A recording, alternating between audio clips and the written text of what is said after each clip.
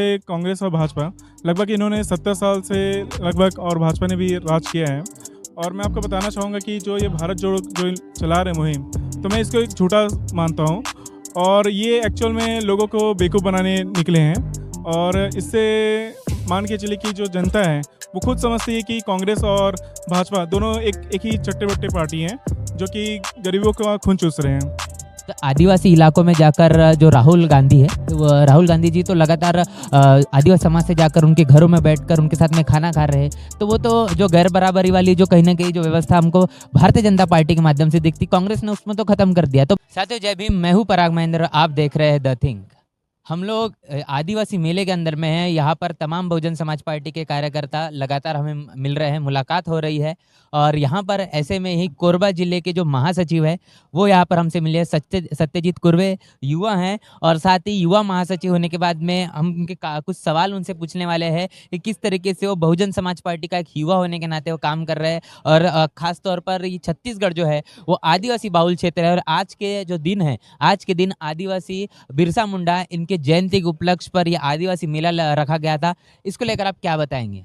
सबसे पहले मैं पराग जी आपको बहुत बहुत धन्यवाद देना चाहता हूं, और आपके माध्यम से आपके चैनल को भी मैं बहुत बहुत धन्यवाद देना चाहता हूं, जो कि आप लोग बहुत दूर से इस मूवमेंट को और बहुजन समाज पार्टी को पूरा कवरेज कर रहे हैं। तो इसके लिए मैं अपनी पूरी टीम से तहे दिल से आभार प्रकट करता हूं। साथ ही साथ हमारे साथ हैं धनंजय चंद्र जी, जो कि बहुजन समाज पार्टी के जिला प्रभारी हैं, और हमारे बाम सब के साथी और बीवीएफ के साथी हमारे एस एन निराला जी भी हैं मेरे साथ। तो पहले तो मैं आपको बता देना चाहता हूँ जो कि आज के कार्यक्रम के बारे में बताना चाहूँगा कि आज का जो कार्यक्रम था बहुत ही भव्य रूप से कार्यक्रम किया गया। बिरसा मुंडा जी का जयंती मनाया गया, क्योंकि आपको बता देना चाहता हूँ कि ये बहुत ही एक ऐतिहासिक पहल है आदिवासी समाज को जोड़ने के लिए।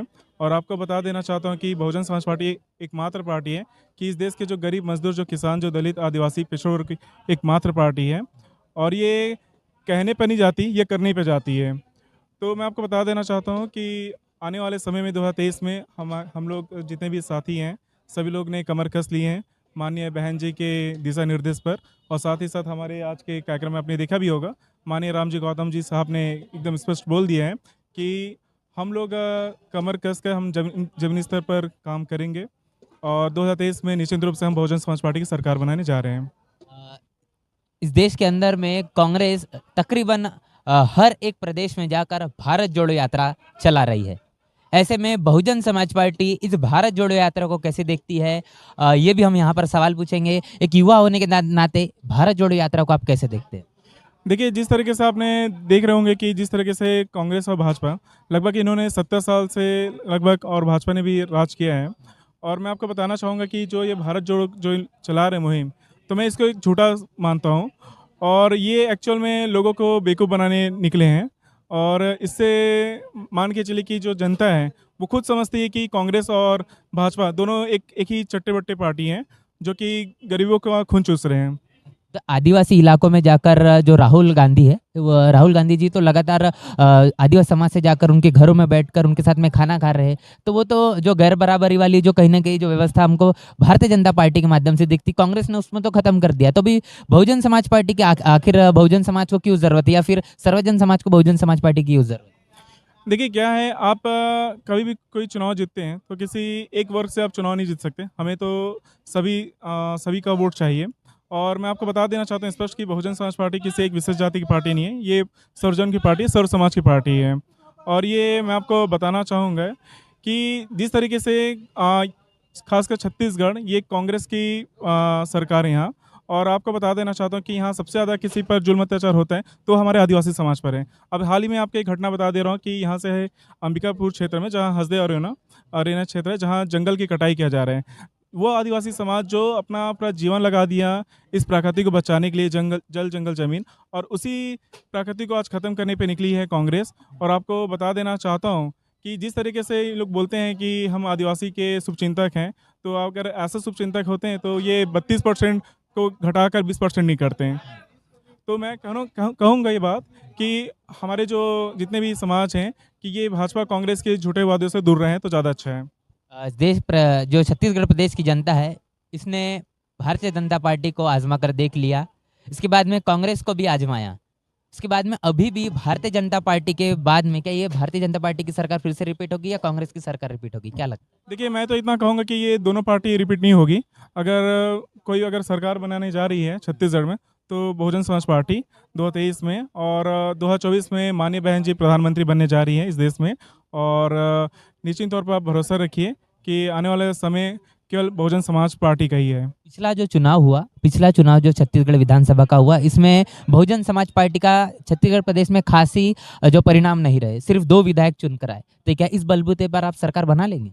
देखिए, निश्चित तौर पर मैं कहूँगा कि मानवर कांसीराम साहब ने भी बहुत सारे चीज़ उनके अगर देखेंगे कि इससे भी पहले हमारे कभी उत्तर प्रदेश के देख लीजिए कि कभी 36 विधायक रहते थे, कभी लगभग सरकार हमारे पुनः विधायक नहीं रहते थे, फिर भी हम सरकार बना लेते थे। क्योंकि आपको बता देना चाहता हूँ कि अगर छत्तीसगढ़ में अगर हम सरकार बनाना चाहते हैं, तो लगभग 40 अगर विधायक 46 विधायक अगर रहेंगे, तो मान के चलिए कि हम यहाँ पर सरकार बना लेंगे छत्तीसगढ़ में।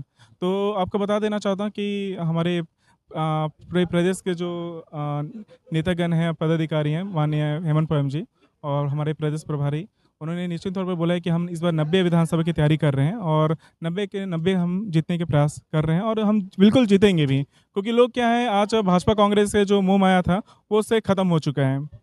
तो मैं आपको निश्चित तौर पर कहूँगा कि आने वाला जो समय है और 2023 में हम बहुजन समाज पार्टी की सरकार बनेगी और बन के ही रहेगी। एक युवा होने के नाते आदिवासी समाज तो राजनीति से तो कहने के एक तरीके से घबराता है, ये भी कहना सही होगा। उसके बाद में हम देखेंगे तो वो एजुकेशन स्तर में भी, हायर एजुकेशन में हम लोग कहीं ना कहीं नज़र नहीं आता। तो ये तमाम तरीके के चीज़ों को ख़त्म करने के बाद में किस तरीके से बहुजन समाज पार्टी की नीति रहेगी कि खास तौर पर जो छत्तीसगढ़ आदिवासी बाहुल क्षेत्र है, इसको बहुजन समाज पार्टी से जोड़ा जाए?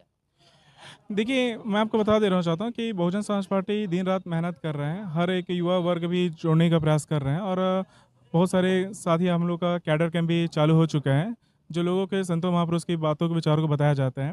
और रही बात कि हमारे सोशल मीडिया में बहुत सारे साथी एक्टिव हो चुके हैं, जो सक्रिय रूप से काम कर रहे हैं, हर युवा वर्ग को जोड़ने की कोशिश कर रहे हैं, हर जाति हर वर्ग को जोड़ने की कोशिश किया जा रहा है। तो आपको ये भी कहूँगा कि पराग जी कि जिस तरीके से हम छत्तीसगढ़ में स्थिति आप देख रहे हैं, वर्तमान स्थिति में यहाँ आदिवासी भी, उनका भी जुल्म अत्याचार बढ़ते जा रहे हैं, उनका आरक्षण में भी कटौती होते जा रहा है। तो यहाँ बस मुझे नहीं लगता कि यहाँ लोग क्या है, भाजपा कांग्रेस को अपना शुभचिंतक मानते हैं, अपना मसीहा मानते हैं, ऐसा नहीं है। और लोगों को ये भी पता है कि जिस तरीके से आज जो कार्यक्रम हुआ, लगभग यहाँ हज़ारों की संख्या लोग यहाँ पास उपस्थित थे। तो मैं आपको निश्चित तौर पर कहूँगा कि इस जो बड़ी सभा में थे लोग, तो आप मान के चले कि यहाँ बस हम वास्तविकता में देखेंगे तो हम यहाँ पर सरकार बनाने जा रहे हैं, है ना। तो ये है कि हर वर्ग लोग की कोशिश ये भी बोल रहे हैं कि हम, जैसे कि मैं जिला का महासचिव कोरबा से, आज हर कोई बीएसपी से भी जुड़ना चाहता है। और मैं आपको बता देना चाहता हूँ कि अभी जिस तरीके से नवंबर दिसंबर शुरू होता है, तो नवंबर से हमारा पूरा प्रदेश में हमारा सदस्यता अभियान भी चालू हो चुका है, जिसमें हर लोगों को हम जोड़ने की कोशिश कर रहे हैं इस सदस्यता अभियान के तहत। यहाँ पर लगातार तमाम तरीके के समाज के लोग, सभी समाज के लोग कहना चाहिए, इस आदिवासी सम्मेलन के अंदर में थे, इस आदिवासी मेले के अंदर में थे। सर, क्या बताएंगे इस आदिवासी मेले को लेकर आज के? ये आदिवासी मेला हम बिरसा मुंडा जी के आपका नाम बता दीजिए। मेरा नाम धनंजय सिंह चंद्रा, मैं पूर्व में जिला अध्यक्ष रहा, पूर्व पार्षद रहा कोरबा जिला से, कोरबा नगर निगम से पार्षद रहा। अब आज पार्टी जिला प्रभारी के रूप में मेरे को दायित्व दी है और उस दायित्व को मैं पूरा कर रहा हूँ। और जैसे आज आप पूछे कि ये आदिवासी मेला के बारे में, तो ये आदिवासी मेले के बारे में एक चीज़ बताना चाहते हैं कि माननीय कांसीराम साहब आज से बहुत पहले आदिवासियों को जोड़ने के लिए ऐसे ही मेला लगा के उनको आदिवासियों को उसके हक अधिकार को बताते थे और बड़े पैमाने पर आदिवासी हमसे जुड़ते गए। और वही पहल फिर 2023 के लिए हम पुनः पहल कर रहे हैं कि आदिवासी मेला लगाकर या पिछड़े वर्गों का मेला लगाकर या जितने सर्वजन के जितने लोग हैं उनको भी हम समझाने का कोशिश कर रहे हैं कि हमारा जो सोच है, बहुजन समाज पार्टी की जो सोच है, मानवतावादी विचारधारा का सोच है, इसको हम आगे फैला रहे हैं। और खासकर युवाओं भी, बड़े पैमाने पे युवा भी समझ रहे हैं और युवा भी जुड़ रहे हैं। सर, आप ओबीसी समाज से आते हैं? Yes, OBC.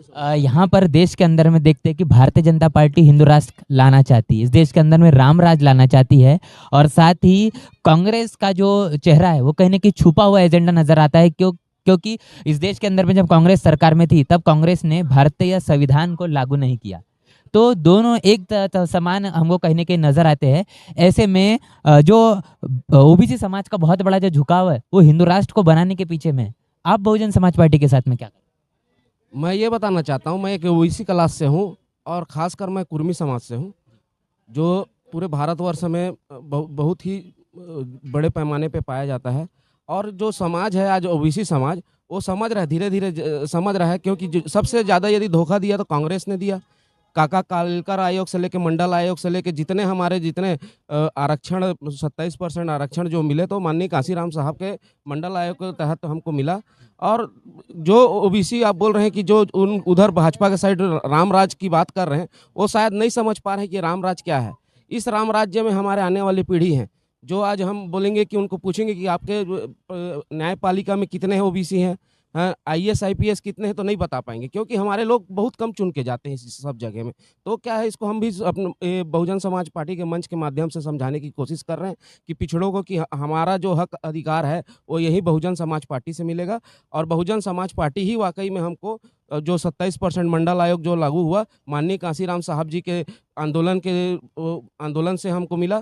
और ये जनता में हम बता रहे हैं, पिछड़े वर्गों में बता रहे हैं, और जागरूक आ रहा है धीरे धीरे। आने वाले समय में छत्तीसगढ़ के अंदर में जो टिकट दी जाएगी है ना विधानसभा की, इसमें कितना जो इन्वॉल्वमेंट होगा या फिर कितनी भागीदारी होगी ओबीसी समाज की, क्या अंदाजा है आपको?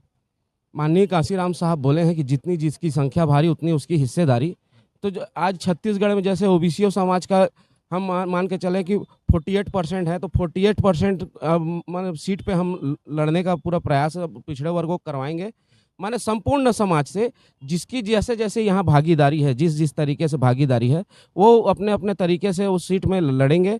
और हम तो बोलते हैं कि आने वाले समय पे जो बहुजन समाज पार्टी का जो मूवमेंट चल रहा है और जो बहुजन समाज पार्टी के ऊपर झुकाव लोगों का आ रहा है धीरे धीरे, क्योंकि देखें कि 75 साल की आज़ादी में देखेंगे बेरोजगारी से लेकर महंगाई से लेकर कांग्रेस ने भी वादा किया, कांग्रेस ने भी बड़े बड़े वो किए, और भाजपा ने बोले भ्रष्टाचार के नाम पे आए, है ना। इस तरीके से जो धोखाबाजी किए, और आज देखेंगे कि आज युवा पीढ़ी बड़े पैमाने पे बेरोजगार है, उनको रोजगार नहीं मिल रहा है। वो बिल्कुल एक नज़रिए से तीसरी ताकत भारत में हमारे पास है, और तीसरी ताकत को वो विकल्प की ओर देख रहे हैं, बहुजन समाज की ओर देख रहे हैं। और बहुजन समाज पार्टी बहन जी, माननीय बहन जी 4 बार मुख्यमंत्री रही, तो बहुजन समाज पार्टी ऐसा काम की कि जितने सर्वजन हैं, बहुजन लोग हैं, उनका सबका हित हुआ।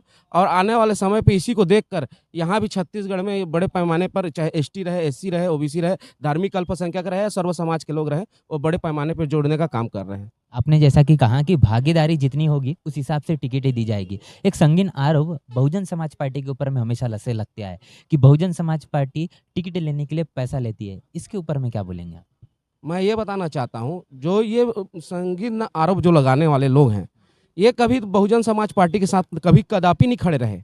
क्योंकि वो मनुवाद को मानने वाले लोग हैं, जो उस जगह में जाकर इस बहुजन समाज पार्टी को बदनाम करने का कोशिश कर रहे हैं।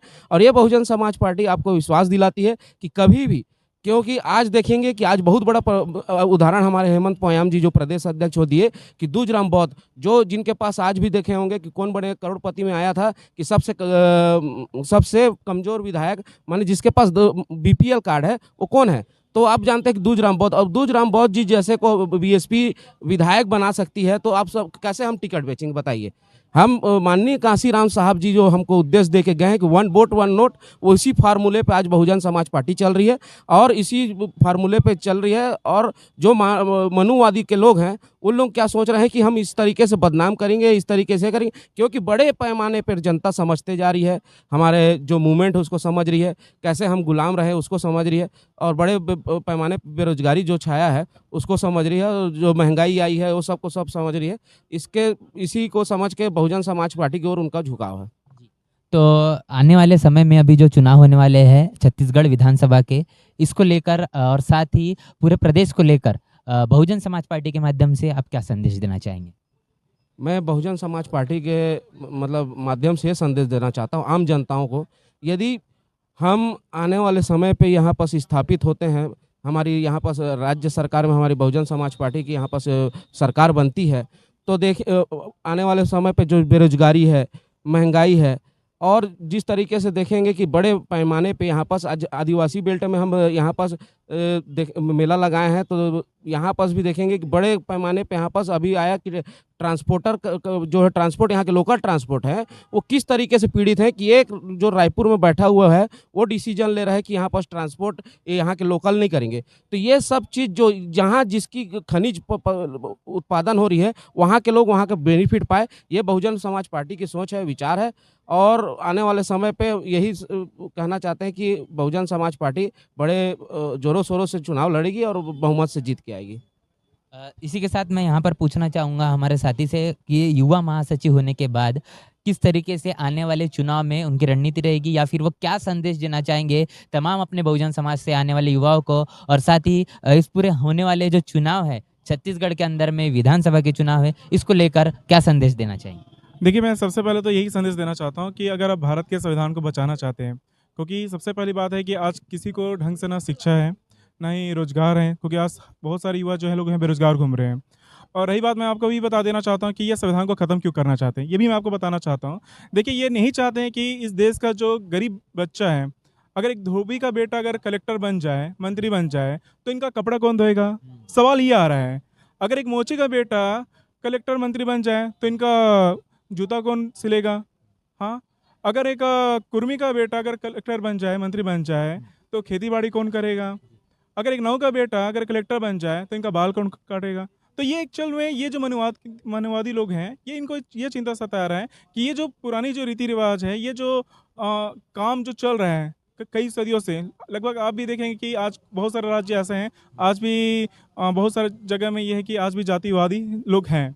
तो मैं आपको ये बताना चाहता हूँ कि हमें आज भारत के संविधान को बचाना है, ताकि सबको शिक्षा मिल सके, रोजगार मिल सके। और उसका एक ही माध्यम है, बाबा साहब ने बोला है कि राजनीतिक सत्ता वो चाबी है कि कोई भी हम अपने समाज का प्रगति विकास चाहते हैं, तो हमें political is the master of की, यानी राजनीतिक सत्ता अपने हाथों में लेना पड़ेगा। जब तक आप राजपाट अपने हाथों में नहीं ले पाओगे, तब तक आप किसी गरीब मजदूर किसान किसी का भी भला नहीं कर सकते अपने समाज का।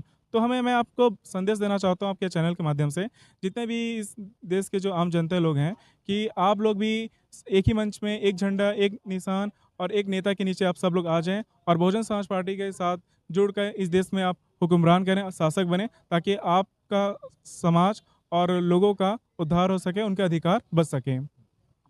एससी एसटी और ओबीसी समाज ये जागरूक होना शुरू हो चुका है। ऐसे में छत्तीसगढ़ प्रदेश के अंदर में जो होने वाले जो चुनाव है, इसमें क्या परिणाम होंगे? बहुजन समाज पार्टी जो 2 सीटों पर अभी वर्तमान में है, आने वाले समय में ये कितनी सीटों में तब्दील होता है, ये भी देखना दिलचस्प होगा। यहाँ पर युवा साथी ने जो बातें कही कि इस देश के अंदर में अगर संविधान आपको बचाना है, तो आपको इस देश के अंदर में बहुजन समाज पार्टी की सरकार बनाना होगा। बहन मायावती जी इनको इस देश का प्रधानमंत्री बनाना होगा। इस पूरे बातचीत को लेकर आप क्या सोचते हैं? अपनी प्रतिक्रिया हमें कमेंट बॉक्स में जरूर बताएं। बने रहे द थिंग के साथ, तब तक के लिए जय भीम, जय भारत। बहुजन विचारधारा को घर घर तक पहुंचाने के लिए हमारे YouTube चैनल को सब्सक्राइब करें, लाइक करें, कमेंट करें, शेयर करें और बेल आइकन की घंटी दबाना ना भूलें।